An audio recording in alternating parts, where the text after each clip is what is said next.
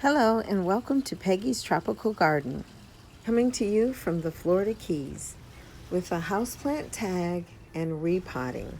Suzette's Garden tagged me in a houseplant tag, so I said I would participate, but as you can see, I'm very behind in some repotting tasks that I need to get done, so I decided I'm going to combine the two. So I'll repot a plant while I'm answering the questions to this tag. So I'm going to go ahead and get started here. And the first question is, when did I first get started with houseplants? Well, my mom loves houseplants and she still has quite a few. Growing up, they were always around, so it was only natural when I moved out of the house. I always had a few houseplants, but my job as well as my husband's required us to move quite a bit, so I was never able to collect them or anything like that because I always knew I'd have to leave them. So now that we don't have to move around for jobs anymore, I've really gotten into plants indoor as well as outdoor, and I've really taken off with the house plants. I can honestly say for about, I guess, a year, really. I started watching Simply Alicia A and Suzette's Garden, honestly. Those two, started watching them, seeing all the cool plants. And I realized many of the plants they were growing as house plants, I was growing outside, and I started bringing some of them into the home. And I loved the look and feel of indoor plants. Hence, my love of houseplants really started to flourish. Question number 2, what is your oldest houseplant? Now, this may surprise some of you, but my oldest houseplants are actually succulents. I'm not sure which one's the oldest, which one I got first, but I do know that for a long time, these were the only plants that I had in my home, were these kind of rare succulents that I had been collecting. And question number 3, what was the first plant to really kickstart your collection? That one's really easy for me. It was this neon pothos. Something about this plant just really stood out for me. And I remember I was shopping in Lowe's and I saw those bright lime green leaves and I was like, I need this plant. And I brought it home, and the longer it got, the more pleased I was with it. And then I started branching out into philodendrons and other pothos. Between my outdoor garden, my patio, and in the house, I have a few hundred plants. And of all of my plants, this neon pothos is also the one that my daughter wants most. So I'm growing a piece for her too. This plant is still actually one of my very favorites, and it just goes to show it doesn't matter about how expensive a plant is or how common a plant is. It's what speaks to you. And this neon pothos has been talking to me forever. Question number 4. What plants do you struggle to keep alive? Really? We have to go there. If you watch my videos, you should be well aware of the plant that just can't stand me. It's a love-hate thing. I have tried this plant 4 times and failed, and I don't even think I'm up to the challenge anymore at this point. But I am speaking of nothing other than the Crassula Buddhist temple. It's a stacking crassula. It's a very cool and interesting looking plant, and for some reason I cannot keep that thing alive to save my life.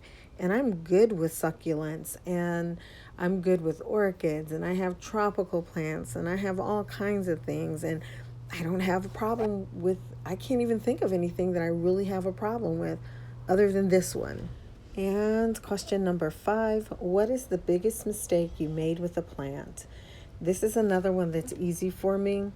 Like I mentioned earlier, I used to be very, very deep into succulents. In fact, if it wasn't a succulent, I really didn't want much to do with it. I like that succulents required minimum care.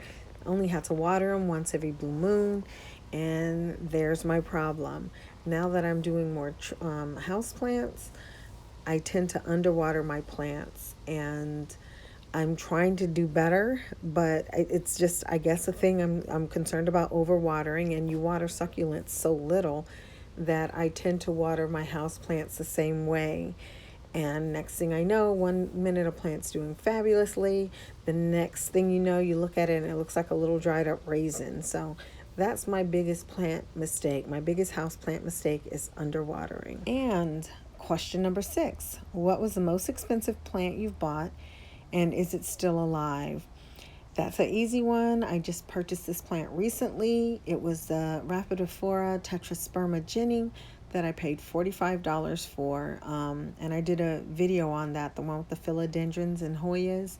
Yeah, that's the most I've ever paid for a plant. In fact, it's the most by far pretty much that I'd ever paid for a plant. Before that, it was the Costa Farms Raven ZZ for $36 that I got off of Amazon. So those are the two most expensive plants I've ever purchased. Question number 7. Do you have a certain variety or genus you are drawn to?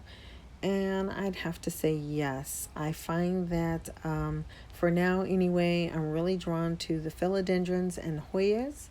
And I just like all the different colors and the different shapes of leaves and all of that, the different sizes of the plants. It just fascinates me. I like doing research on my plants, and they're just very interesting. So yeah, right now it's philodendrons and Hoyas. And question number 8, do you also garden outdoors? If so, is it vegetables or flowers?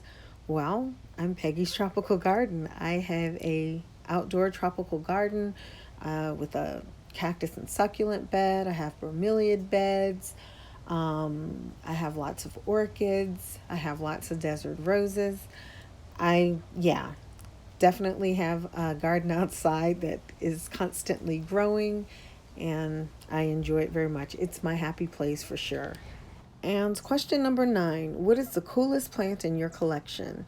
Right now, I have to go with this Begonia maculata that was in the Costa Farms display that's all the rage now with all the hard to find plants. I picked this one up at a Walmart and I'm thrilled about it. Between the color of the leaves and the spots on the leaves, even the shape of the leaves, this is just a very cool looking plant to me. I mean, you can't miss this plant. So right now, that's the coolest plant in my collection. And the 10th and final question is, what is the number one plant you want in your collection but haven't acquired? And I'm going to have to say I can't do just one. There's 3 of them that I've been after, and one is the philodendron white knight, and I just think it's so cool, the white and the green, and I love a good philodendron. The other one is a philodendron mamii. I think I said that right, but I love the leaves, look like they're puff, like those puffer jackets. Okay, now I'm sounding crazy, but that's what it always reminds me of, and I really want one of those. And then the Monstera Peru. It reminds me so much of the Monstera dubii that I got, the shingling plant. And I just love the leaves. I think it's a beautiful plant. So not especially high-end plants or rare plants, but they are plants that you don't just find locally in your nursery normally. And I'd have to say that those are the 3 at the top of my list right now. Of course, that's subject to change, but I'm thinking that maybe this spring I'll be able to trade for them or something like that. All right, so I'm all finished answering my 10 questions from the Houseplant tag, in which I was tagged by Suzette's Garden. And I'd like to thank her for including me in that. I've never participated in a tag before, so that was kind of fun. And in the meantime, I'm going to think about some people I'd like to tag, and I will put that information down in the description box. So now I'm finishing up with this fairy castle cactus. I just put in a piece of stone from the island. I like to include something from the area in my pottings, as some of you already know. So now that I have everything in place, it's just a plain little planting that I'm going to have out in my cactus and succulent garden. So nothing fancy or anything like that. And now I'll just go ahead and top dress it. And for the top dressing, I'm just using some small river rock gravel. Since most of my rock garden is done with the river rocks, it'll tie in nicely. So I'm just putting them around the top. For me, it helps to keep some of the weeds out. I get a lot of weeds in the garden, and I notice when I top dress my outdoor plants, I don't have as many weeds growing. It's planted in a well-draining soil as well as a terracotta pot, so I don't really worry about the top dressing making the soil retain too much water. Okay, so I participated in a houseplant tag, I've repotted a plant, and I think my work here is done. I very much enjoyed spending time with you today. I hope you enjoyed the time as well. Thank you so much for watching and supporting my channel. It means a lot to me. And of course, my channel would be nothing without you. So thank you so much for watching. Take care. Have a great day. Bye-bye.